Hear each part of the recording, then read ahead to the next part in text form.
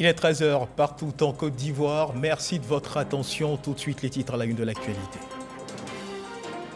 Cérémonie officielle d'ouverture de la TICAD 8 à Tunis. Hier samedi, le chef du gouvernement Patrick Hachi présent à cette cérémonie officielle d'ouverture. Au cours de l'assemblée plénière de cette cérémonie officielle d'ouverture, il a présenté à l'Assemblée le message du chef de l'État Alassane Ouattara. On en parle à l'ouverture de cette édition avec notre reporter Alexis Ouedraogo depuis Tunis.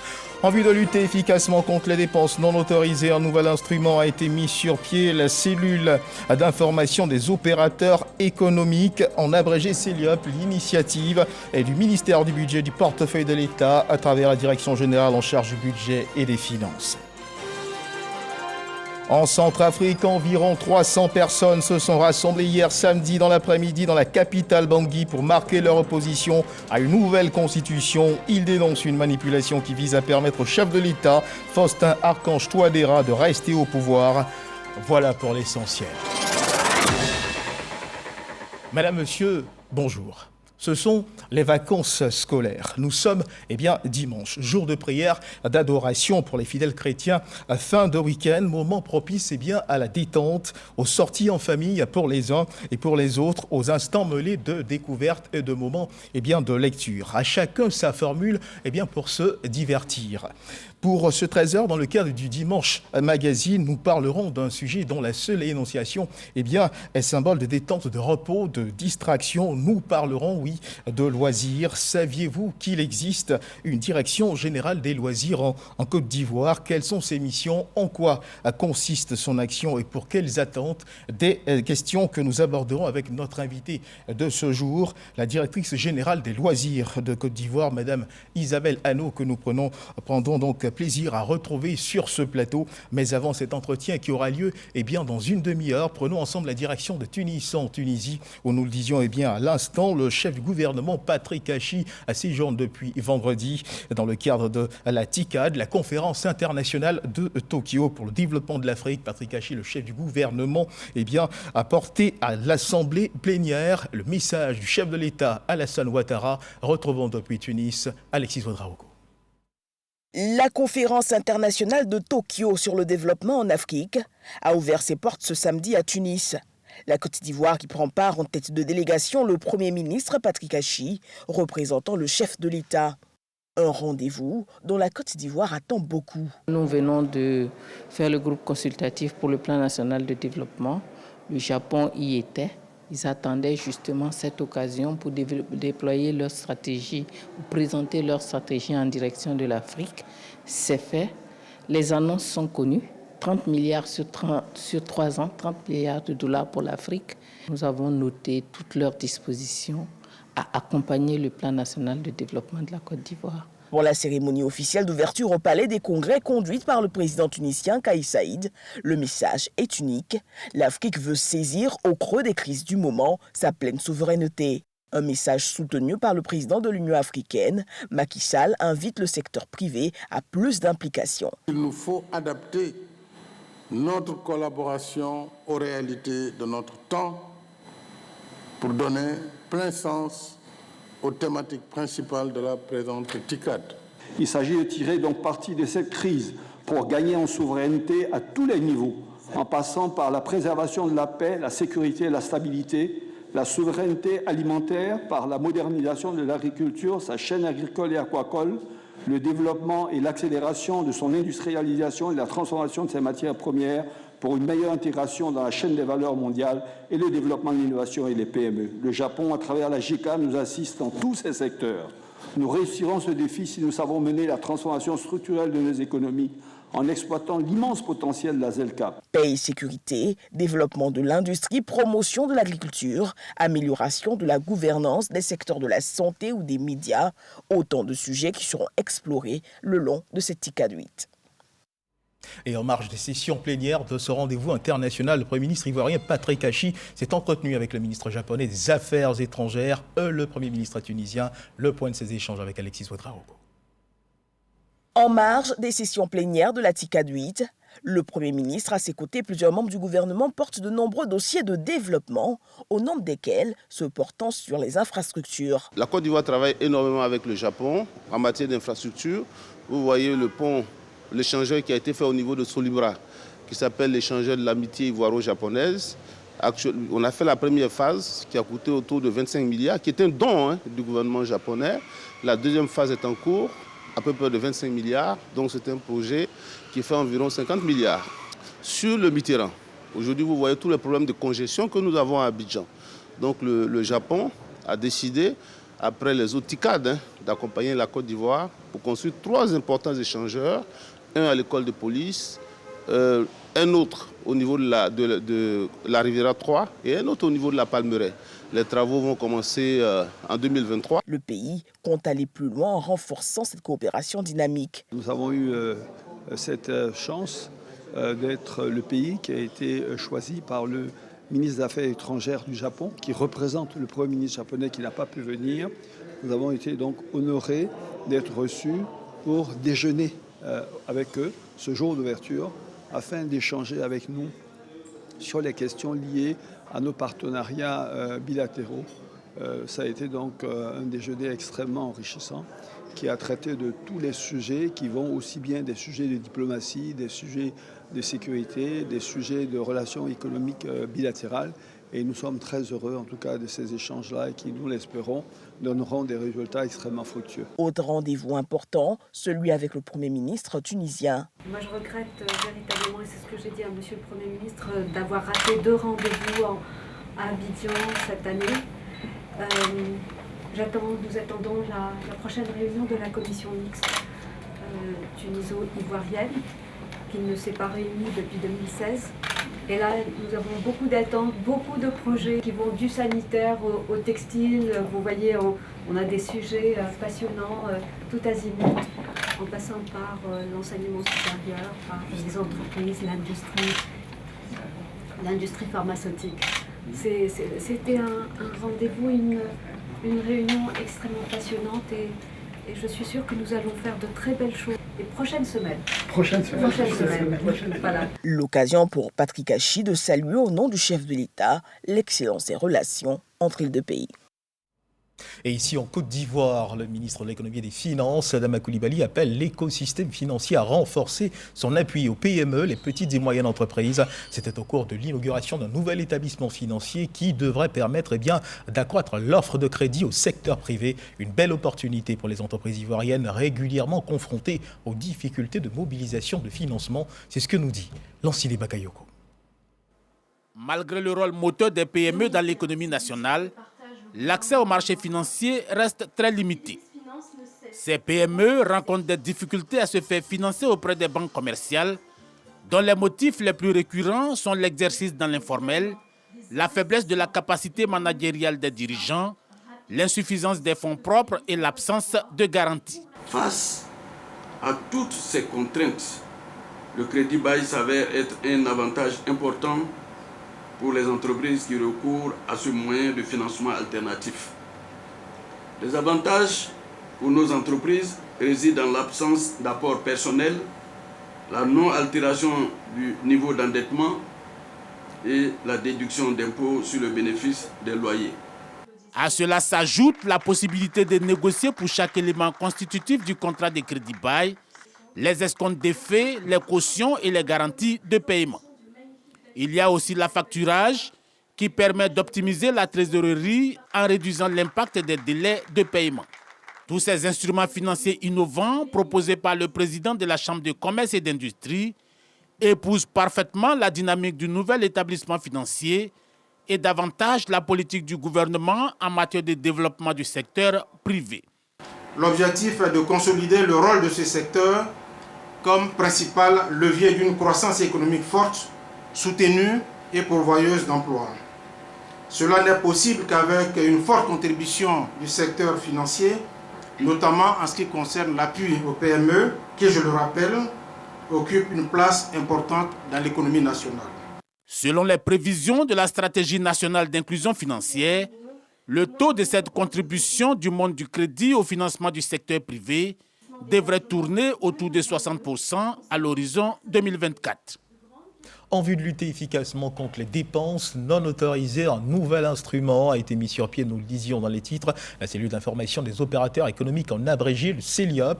L'initiative est du ministère du Budget du portefeuille de l'État à travers la Direction générale en charge du budget et des finances, population cible, les fournisseurs et autres prestataires de l'État de Côte d'Ivoire. Les acteurs de la ville de San Pedro ont été sensibilisés sur ce nouveau concept.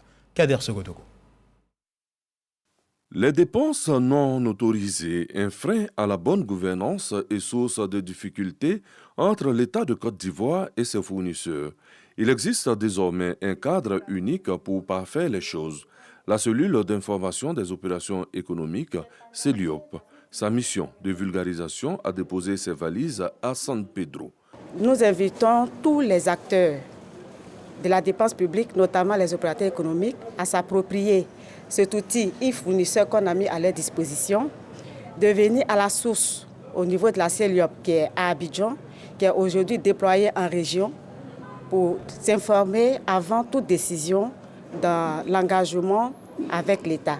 Les opérateurs économiques de San Pedro ont été sensibilisés par les hommes du directeur général du budget et des finances, Seydou Traoré, à l'effet d'épouser l'ère du temps. La CELIOP est un instrument qui vient à point nommé pour ces opérateurs. Il faut dire que ça a été un grand éclairage pour nous, en tant qu'opérateurs économiques, bien sûr. Et il y a eu des volets que certainement nous ne maîtrisons pas. Mais l'éclaircissement vient nous donner la voie à suivre. Les applicatifs e-requêtes et e-fournisseurs qui vont dans le même sens ont été également présentés à l'assistance. À suivre à présent l'évolution de la Covid-19 en Côte d'Ivoire.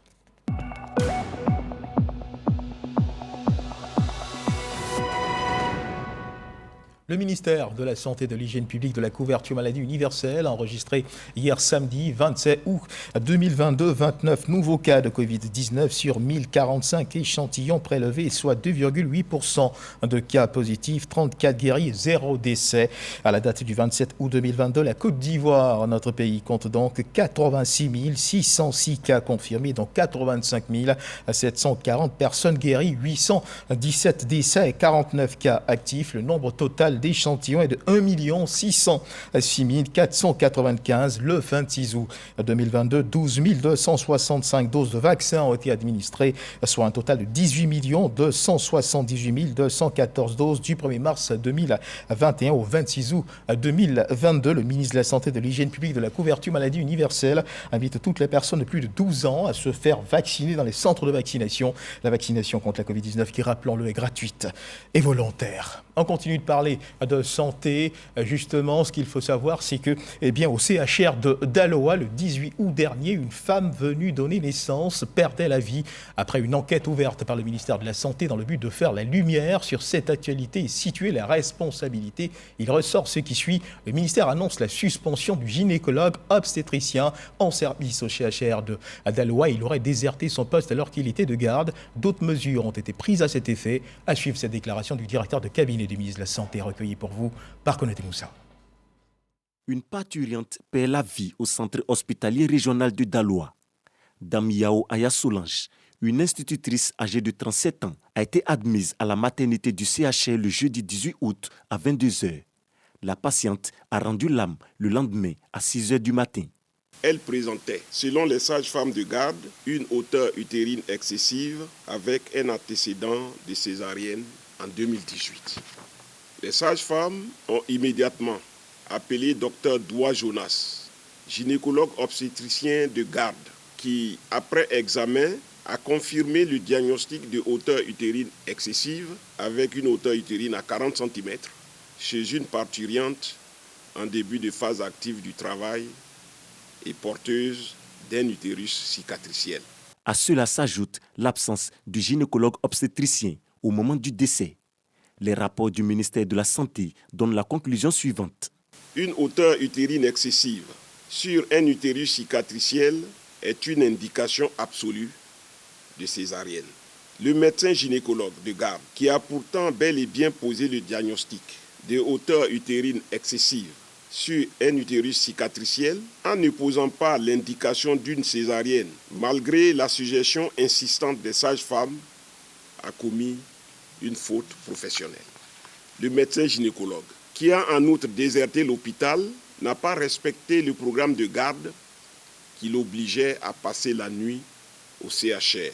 Au total, il s'agit d'un décès maternel évitable de trop après les cas récents, notamment celui de Bingerville.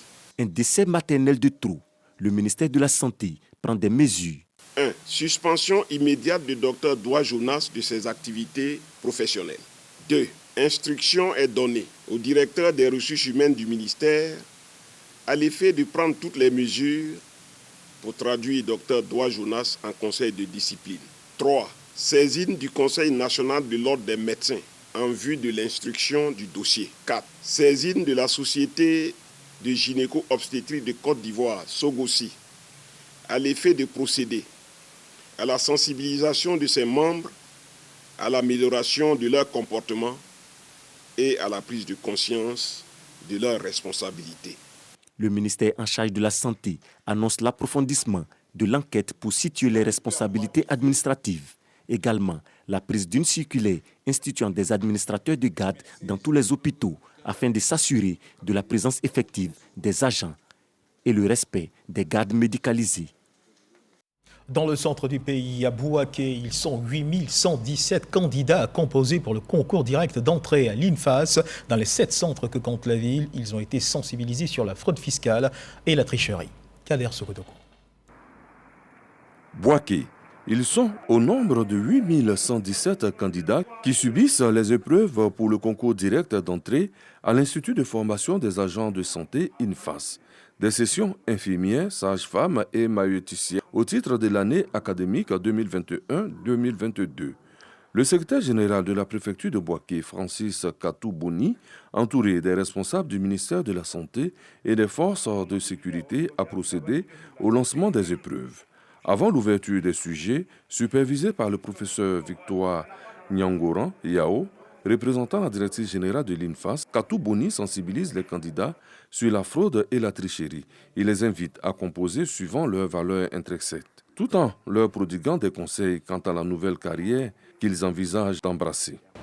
Concentrez-vous, répondez aux questions et nous nous retrouvons l'année prochaine dans cette même école.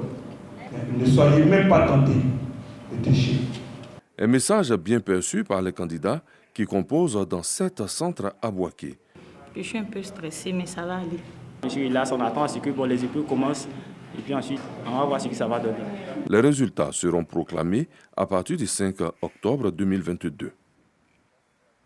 Et bonne chance aux candidats à ce concours. Direction la région du Poro, au terme de la 2e session ordinaire du Conseil régional. Les priorités actuelles et celles pour les 3 années à venir ont été dégagées. La priorité sera accordée aux infrastructures scolaires et sanitaires afin d'offrir aux élèves de cette région les meilleures conditions d'apprentissage et aux populations des infrastructures sanitaires de qualité. Le budget modificatif de l'exercice 2022 ainsi que le niveau d'exécution des chantiers, l'adoption du programme triennal 2023-2025 ont constitué les grands points abordés au cours de cette rencontre. Amy Sissoko. 2e session ordinaire du Conseil régional du Poro. C'est le premier vice-président Dr Madou Koulibaly qui préside cette session au nom du président Timoko Yade Koulibaly. Le budget modificatif de l'exercice 2022, le niveau d'exécution des chantiers et l'adoption du programme triennal 2023-2025 étaient à l'ordre du jour. Le budget modificatif s'équilibre en recettes et en dépenses à 2,240 milliards de francs CFA, dont 1,387 milliards de francs CFA en investissement. Il a été exécuté à 50%. Concernant les chantiers, il ressort que sur un total de 21 projets, dont 10 dans le secteur de l'éducation et 11 en celui de la santé, 19 sont achevés et 2 en cours de finition. En ce qui concerne la première modification du budget primitif, nous avons intégré l'excédent budgétaire de l'exercice clos 31 décembre 2021 qui s'élève à un peu plus de 125 millions. Nous avons aussi pu faire une provision pour renforcer les investissements de l'année 2022. Les priorités du moment du Conseil régional du Poro sont l'éducation et la santé. Le programme triennal 2023-2025 adopté leur fait encore la part belle. Sur les 5,448 milliards de francs CFA consacrés à 53 projets de développement, les 2 tiers sont destinés à la construction et l'équipement des infrastructures scolaires et sanitaires. Le reste à la réhabilitation de la voirie, la construction de ponts et de pompes à motricité humaine. Nous avons pu intégrer les actions et les projets inspirés de toutes les instances de planification de ce pays, le PND, mais également le plan stratégique de développement de la région que nous avions élaboré en son temps, ainsi que les requêtes importantes ponctuelles que nous avons pu collecter, et nous avons rangé tout ça donc dans le programme triennal que nous venons d'actualiser et d'adopter. Malgré le focus du Conseil régional du Poro sur les secteurs éducation et santé, il ne s'est tout de même pas détourné du social. La somme de 1,232 milliards de francs CFA est prévue pour 36 actions dans le programme triennal, entre autres assistance, subvention, insertion socio-économique des jeunes et dons. Un reportage signé à Mississauga, rassembler les fils de la région du Tongpi autour des idéaux de paix, de cohésion sociale et de vivre ensemble. Voici l'objectif que s'est assigné le mouvement des dents de la diaspora pour le développement du Tongpi, le M3DT, à l'initiative de l'ambassadeur Claude Saï Soumaoro, chef de cabinet du président de la République. Ce mouvement a été lancé dans la commune de Koumassi en présence des autorités administratives et politiques. Patricia Omouetia. Rencontre massive de la communauté dents pour un idéal commun, le développement du Tongpi. Un défi à relever dans l'intérêt du développement de leur région. Baïlois, porte-parole des cadres dents d'Abidjan Sud, a d'ailleurs évoqué la satisfaction de son groupe dont il a affirmé l'engagement à jouer sa partition pour la bonne marche du projet.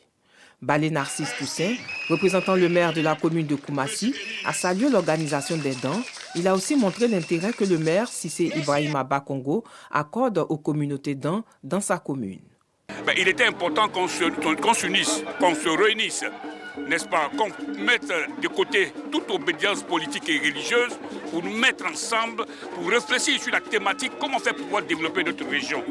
C'est un appel à la cohésion, c'est un appel à la paix, c'est un appel surtout aux enfants qui sont opérateurs économiques, qui sont à la diaspora, aller investir chez nous afin que le Tongpi connaisse une émergence. Porte-parole des cadres dents d'Abidjan Sud a affirmé son engagement à accompagner le président de la République, Alassane Ouattara, dans la recherche de la paix et de la cohésion sociale. L'ambassadeur Claude Saï Soumaoro a manifesté sa gratitude à l'attention accordée à cette rencontre. Il a exhorté les filles et les fils du Tongpi à s'inscrire dans la vision de développement engagée par le président de la République de Côte d'Ivoire. La troisième étape de ce mouvement que nous avons mis sur pied a l'effet de souder les liens familiaux, sociaux, politiques, économiques des dents de la Côte d'Ivoire, mais se trouvant en dehors de la région du Tongpi.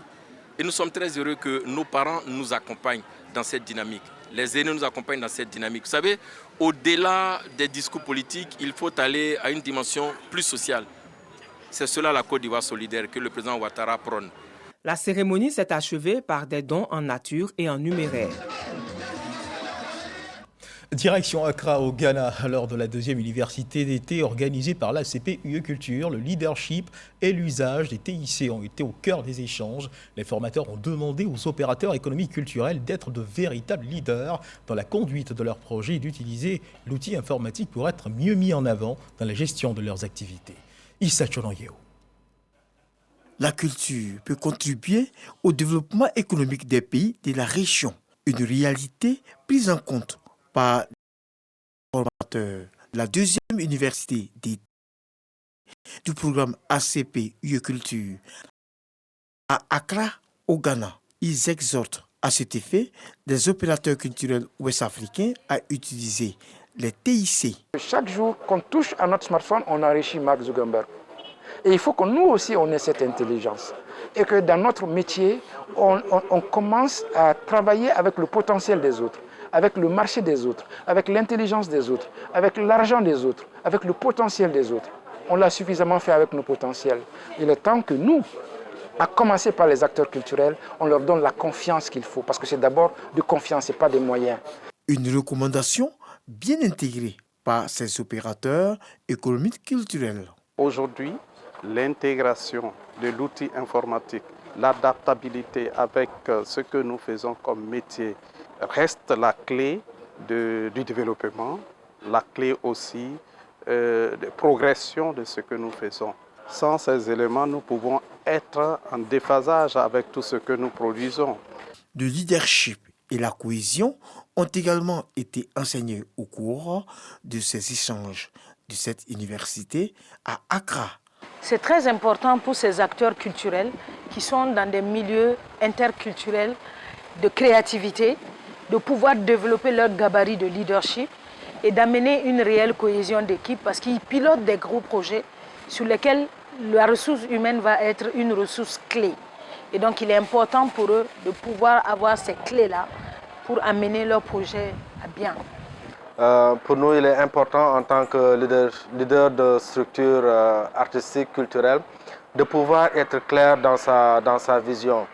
Être clair dans la vision de l'entreprise, dans sa vision propre et de pouvoir la transmettre à tous les membres de l'équipe. Mamadou Ndiaye a demandé aux opérateurs culturels de sortir de l'ancien schéma et s'adapter au TIC, aujourd'hui indispensable au développement de l'activité culturelle dans la région. Un compte rendu signé Issa Chonanye au sport basketball éliminatoire Coupe du Monde 2023 de basketball zone Afrique. Les éléphants basketteurs se sont imposés face à l'Ouganda sur le score de 91-80 hier samedi au Palais des Sports de Treichville avec 24 points et 8 rebonds. L'Ivoirien Alex Poitras a été désigné meilleur joueur de la rencontre. C'est ce que nous disent Pascal Koné et Odalébé. Les éléphants basketteurs sont dans leur antre et face aux Ougandais, ils entament avec sérénité le premier carton qu'ils remportent, 27-19. Le sursaut d'orgueil arrive du côté des Ougandais qui inversent alors les tendances. 50-46 pour eux à la pause. Cette équipe ougandaise dicte encore sa loi dans le troisième carton, mais c'est la Côte d'Ivoire qui l'emporte sur le fil, 64-63. Galvanisés par le public, les protégés de Naxo Lescano réorganisent leur défense. Ils creusent l'écart avant de prendre les rênes de la rencontre. Score final 91-80 pour la Côte d'Ivoire. On n'avait pas envie de perdre. Je pense qu'on a que des compétiteurs dans l'équipe. Donc du coup, voilà, se faire dominer par les Ougandais, on n'a pas voulu accepter ça, sachant qu'on a tout donné hier contre le Nigeria, qui est beaucoup plus fort. Et on ne voulait pas mettre notre travail à l'eau. Donc voilà, on s'est bien battu. C'était un match qu'il ne fallait pas sous-estimer. C'était un match coup près pour l'Ouganda. S'ils perdaient, ils étaient éliminés. À la première mi-temps, ils nous ont surpris par leur motivation, je pense. En défense, on n'était pas forcément prêts. Mais 30 points en deuxième mi-temps, c'est une très bonne défense en deuxième. Et au final, on finit en plus 11. Donc c'est ce qu'on voulait. Les éléphants basketteurs affichent un bilan satisfaisant avec 2 victoires successives. Voilà, belle victoire de nos pachydermes basketteurs en religion. Toupa, localité située dans la sous-préfecture de Dabou, était en fête. Ce qu'il faut retenir, c'est que les fidèles chrétiens de l'église méthodiste unie de Côte d'Ivoire ont célébré dans la ferveur la consécration d'un nouveau au temple dénommé Jéhovah Jireh, traduction l'Éternel pourvoira. L'événement a été rehaussé par la présence de guides religieux de l'église et du maire de la commune de Treichville, François Albert Amichia. Le commentaire est signé Walter Ahmed Ouattara. Il est désormais fonctionnel, le temple Jéhovah Jireh, entendez, l'Éternel pourvoira de l'église méthodiste unie de Côte d'Ivoire, du district ordinaire de Dabo, situé de Toupa, dans le département de Dabou. Sa dédicace est faite par le bishop Benjamin Boni. Plusieurs prélats prennent part à cette fête teintée de spiritualité. Elle bénéficie également d'une forte mobilisation des fidèles. Le bishop Benjamin Boni rend gloire au Seigneur pour toutes ses grâces. Nous sommes des humains, nous ne sommes pas les anges, nous ne sommes pas les archanges, mais le Seigneur nous permet de l'adorer nous aussi. Et l'apôtre Paul a dit, je puis tout par celui qui me fortifie. Je exhorte chacun de nous à purifier sa vie, surtout le peuple. François Albert Amicha, invité spécial, apprécie le travail des fidèles pour la construction de cet édifice et rappelle l'importance de l'unicité du Dieu éternel. L'unité de la foi et par fraternité chrétienne. Voilà ce qui justifie notre présence ici. Et vous, frères et sœurs, pour que dans la prière, pour que dans l'action de grâce, Dieu nous comble de tous ses bienfaits, de toutes ses grâces, aujourd'hui et demain. L'église méthodiste unie de Côte d'Ivoire, du district ordinaire d'Abo, située de Toupa, est bâtie sur une superficie de 1200 mètres carrés et peut contenir plus de 1500 personnes. Il compte 6 bureaux.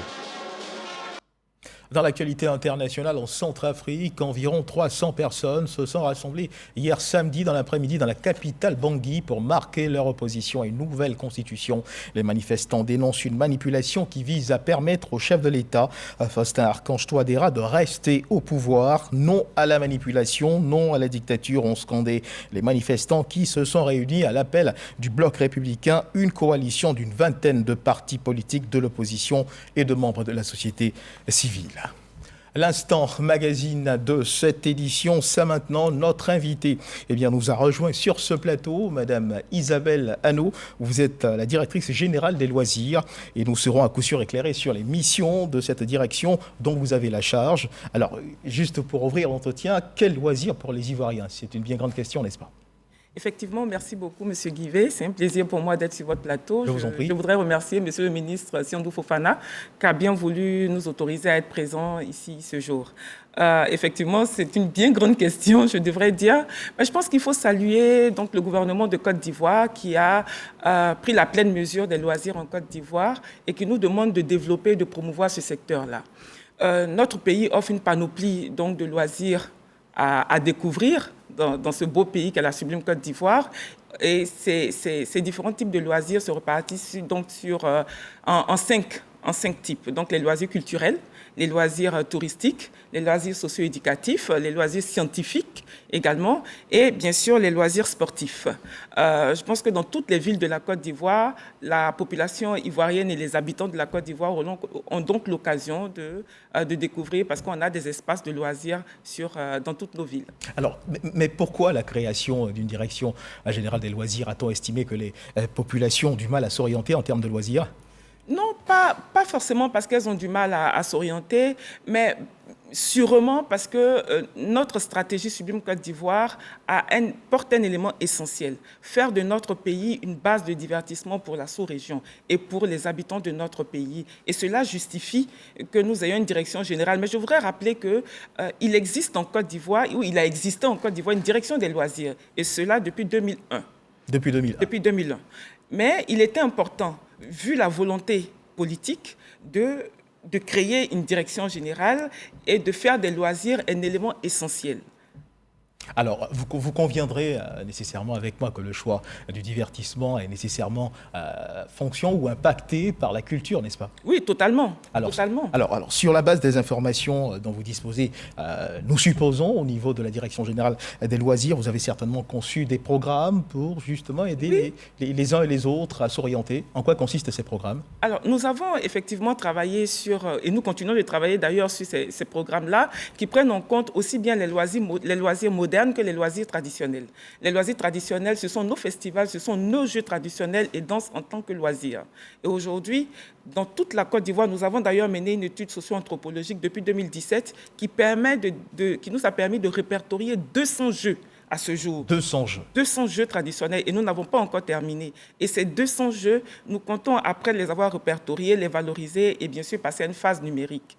Les programmes que nous proposons prennent également en compte les loisirs modernes, donc les loisirs exogènes que nous avons reçus dans le cadre donc, de la mondialisation. Et ces loisirs-là, aujourd'hui en Côte d'Ivoire, vous retrouvez des loisirs scientifiques, vous retrouvez des loisirs, donc les jeux numériques, les jeux cérébraux et tout.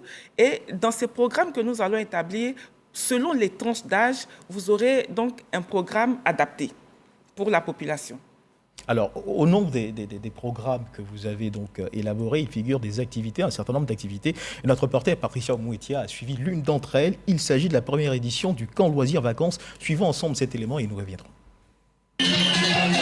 300 jeunes filles et garçons issus de mouvements associatifs de lycées et collèges et leurs hôtes, les pupilles de l'orphelinat de garçons de Bingerville, ont pris part au camp loisirs-vacances autour du thème « Pour une jeunesse entreprenante autour du loisir ». Une immersion dans l'univers des loisirs et jeux, aussi bien traditionnels que modernes, a permis aux jeunes de s'occuper sainement durant ces vacances. À travers toutes ces thématiques, nous retenons que nous jeunes avons la capacité de changer notre société positivement à travers des actions saines. Pour la directrice générale des loisirs, ce projet est un espace d'éducation et de découverte par le divertissement, car les activités de loisirs font partie intégrante du programme des Nations Unies pour la jeunesse. Le ministre du Tourisme a quant à lui invité les jeunes à s'intéresser aux loisirs avec la modernisation et la digitalisation des jeux traditionnels.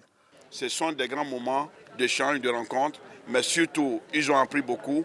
Les jeux traditionnels ne doivent pas disparaître dans notre pays parce que c'est l'authenticité de la destination que nous voulons valoriser. Des dons offerts à l'orphelinat de Bingerville ont clôturé l'activité, occasion pour le ministre du Tourisme, Siandou Fofana, de valider l'institutionnalisation de ce camp loisirs-vacances sur une semaine au mois d'août chaque année. Alors, Madame Isabelle Allo, avec ce reportage de notre reporter Patricia Omouetia, on y voit des jeunes heureux de s'amuser, de se retrouver, de partager des choses ensemble. Ce genre d'activité, est-ce que vous en avez organisé plusieurs ? Alors, pour ces vacances 2022, justement, cet événement a eu lieu, le camp de loisirs a eu lieu en juillet, mais nous avons également organisé la colonie d'État. La colonie d'État. La colonie d'État pour des enfants de 7 à 14 ans. La colonie d'État, c'est une colonie de vacances qui permet donc aux jeunes pendant les vacances scolaires, aux enfants pendant les vacances scolaires, de se retrouver, d'échanger et d'apprendre surtout, et de mener des activités, on va dire, ludiques, des activités, je disais, ludiques, des activités sportives, mais aussi des activités éducatives. Alors, permettez-moi d'insister sur les missions spéciales qui sont donc dévolues à votre direction générale de façon précise. Qu'est-ce que vous avez à faire pour faire la promotion de ces loisirs ? Alors, notre mission première, c'est justement de faire de ce beau pays qu'est la Côte d'Ivoire une base de divertissement pour la sous-région. Et cela passe par la création d'un cadre réglementaire pour le secteur des loisirs. Ça passe également par la construction d'infrastructures pour le secteur. Et bien sûr, ça passe aussi pour la création, en tout cas, des conditions pour le bien-être des populations. Pour le bien-être des populations. Alors, je suis un Ivoirien, je vis en Côte d'Ivoire, je suis peut-être un touriste, j'arrive dans le pays, je prends mes vacances, je ne sais pas trop comment m'occuper. Comment pouvez-vous m'aider à justement me divertir ? Est-ce que vous avez pensé à ce genre de cas de figure ? Justement, nous revenons donc au programme, le programme dont on parlait tout à l'heure, et nous comptons mettre ces programmes, en tout cas de les concevoir sous forme d'une application, de sorte à ce que vous soyez en Côte d'Ivoire, que vous soyez un Ivoirien ou non, que vous soyez un touriste ou vous soyez de la diaspora, que vous ayez tout de suite à disposition tout un programme établi pour pouvoir visiter notre pays dans un premier temps, en parlant de tourisme, mais que vous puissiez pratiquer des activités de loisirs au plan national. Alors, les maquis, on le sait, sont des lieux très appréciés des Ivoiriens, c'est culturel, les boîtes de nuit également, les marinas qui se développent de plus en plus, tout cet ensemble d'éléments ou de complexes de divertissement fait partie des loisirs. Des loisirs, oui. C'est bien cela. Exactement. On va dire donc qu'il existe une économie des loisirs. Oui, il existe une économie des loisirs en Côte d'Ivoire et je vais me permettre de vous donner, on va dire, quelques chiffres. Je vous en prie. Donc, je voudrais dire que notre pays se situe à 6,2%, en tout cas en matière de croissance. Et en termes de chiffre d'affaires, c'est 217 milliards de nos francs en matière de loisirs. Je voudrais préciser qu'il nous faut mieux organiser le secteur parce que nous pensons que ce secteur peut mieux contribuer à l'économie ivoirienne. D'où la mise en place d'un cadre juridique. Exactement. Exactement. Il y a, on va dire, à peu près une semaine que le ministre a pris un arrêté, mais on ira plus loin parce qu'on veut même prendre un décret. On veut même prendre un décret pour le secteur des loisirs en Côte d'Ivoire et afin que les opérateurs du secteur se conforment aux nouvelles dispositions. Et croyez-vous que vous saurez rencontrer l'adhésion de ces opérateurs-là ? Bien évidemment, c'est un secteur porteur pour eux. Ils sont nombreux à investir dans ce domaine-là. Mais la Côte d'Ivoire est un pays de droit, un pays dans lequel on ne peut pas mener une activité sans que cela soit encadré. Donc, je pense on est en phase. Qu'auront-ils à gagner ? Mais beaucoup. Ils ont beaucoup à gagner. Plus ils sont en accord avec la loi, plus on les accompagne dans leur action d'investissement, on les accompagne au niveau de la communication, on fait en sorte justement qu'ils aient un meilleur positionnement Donc, ils ont beaucoup plus à gagner.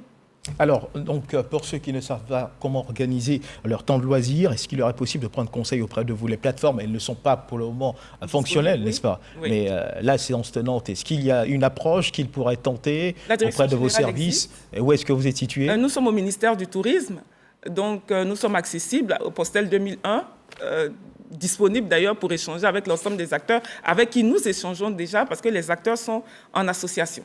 Alors, juste avant de conclure, parce que nous sommes déjà pratiquement au terme de notre entretien, cela de façon très rapide, je vous demanderai de faire un bilan des activités que vous avez organisées jusqu'à présent. Alors, c'est vrai que la direction générale existe il n'y a pas très longtemps, mais nous avons quand même, pendant ces vacances, créé de l'émulation auprès des jeunes, des enfants, des jeunes, et également auprès des populations, puisque nous avons organisé, vous l'avez vu tout à l'heure, le camp de loisirs, mais à côté du camp de loisirs, on a eu les colonies, la colonie d'État, et d'ailleurs, les parents proposent qu'il y ait une colonie avec beaucoup plus d'enfants. C'est le lieu pour moi de remercier le gouvernement de Côte d'Ivoire, le Premier ministre Achille Patrick, mais surtout le président de la République, parce qu'ils ont entériné, validé, autorisé cette activité-là et financé d'ailleurs cette activité. Et c'est la raison pour laquelle nous avons eu les moyens pour organiser cette activité. Également, le concours national des jeux traditionnels que nous avons organisé et qui prend fin aujourd'hui d'ailleurs, c'est un concours justement pour créer de l'émulation dans les différentes régions.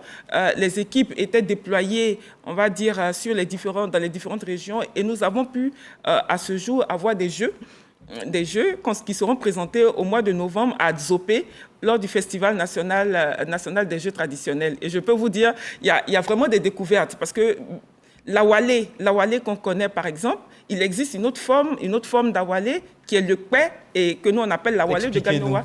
Ah non, c'est un autre type d'awalé. Vous savez que l'awalé qu'on a est un awalé à 6 trous de part et d'autre, mais vous avez un awalé également à 4 trous et qui se joue un peu différemment. Donc, j'espère que les Ivoiriens auront l'occasion de venir découvrir ce que c'est que l'awalé, le kwe, donc l'awalé de Gagnowa, mais aussi plusieurs autres jeux de différentes régions. La soa, qui est un jeu de lancer de touffe, par exemple, qu'on retrouve dans la mais également qu'on retrouve dans le tonkui.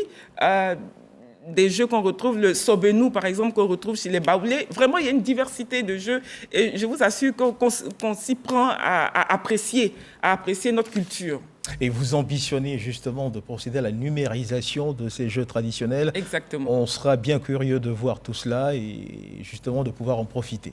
Oui, justement, ce sera l'occasion pour nous, au lieu d'être connectés à des jeux qui nous viennent de l'extérieur, on a des jeux qui sont des jeux traditionnels et je pense qu'il est important de ne pas perdre cette culture qu'on a pour notre génération et également pour les générations à venir. Voilà. Mesdames et messieurs, merci de nous avoir suivis. C'est la fin de cette édition de ce dimanche, 13h. Dans le cadre du Dimanche Magazine, nous recevions Madame Isabelle Hanot, directrice générale des loisirs, avec qui nous avons parlé des missions de cette direction générale des loisirs, de son action terrain et en tant que force de proposition de programmes de détente. Ce sont les vacances scolaires en général. Si vous êtes en vacances, profitez-en pour vous détendre. Si vous êtes en panne d'idées, la direction générale des loisirs vous attend pour vous formuler ces propositions. Merci de nous avoir suivis. Dieu garde la Côte d'Ivoire.